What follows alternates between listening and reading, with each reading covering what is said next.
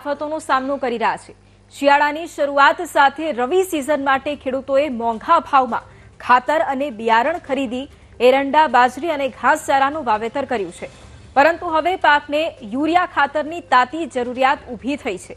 તેવામાં માર્કેટ યાર્ડના ડેપો પર ખાતરનો સ્ટોક પૂરતો ન હોવાથી ખેડૂતો વહેલી સવારથી જ લાંબી કતારમાં ઊભા રહેવા મજબૂર બન્યા છે।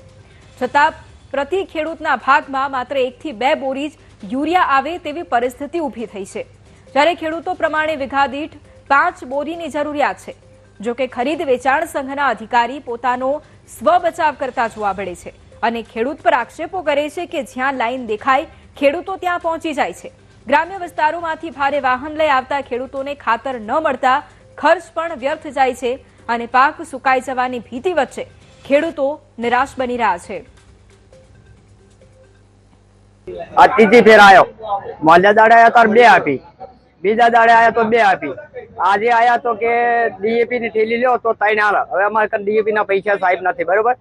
ઓરિયા અમારે લેવી છે એટલે આલકડા 2 હાલતો હતો, હવે 1 કરી છે। 9 વાગ્યાના લાઈનમાં અમે ઉભા હતા। કાલે આવ્યા હતા, પાછા આજે બમદાડે મળ્યા હતા કે આટલે આવ્યા કે ખાતર થઈ રહ્યું છે, વગાડે સડેલા પાછા આવશે ગયા ત્યારે લાઈનમાં ઉભા છો। નંબર આવ્યો, નંબર ગીને આવ્યો।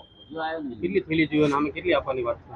હાલ તો 5 હાલે તો 2 હાલે તો તમે 1 થેલી હાલ મળે એવું લાગતું નથી અમને કે હવે હાલ પેલા 3 આપતા હતા, હવે 1 કઈ નથી, એકમાં હજી નક્કી નથી। ખાતર દરેક ખેડૂતને પ્રાધાન્ય પ્રમાણે જ આપીએ છીએ અમે, પણ ખેડૂતો ગમે તો 2 જગ્યાએ ખાતર આવે તો એ લાઈનમાંથી કૂદી પછી અહીંયા આવો, પછી સિચ્યુએશન સચવાતી નથી, તો પછી ખાતર ના લઈએ તો હોબાળો થાય, એટલે પછી અમે પછી 3 આપતા હોય પણ જગ્યાએ પછી 2 આપીએ, એટલે ખેડૂત સચવાઈ રહે। એના માટે કશું વસ્તુ નહીં।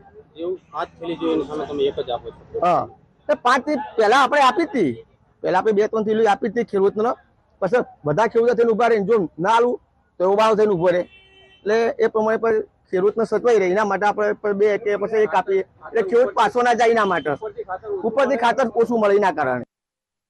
છોટાઉદેપુરના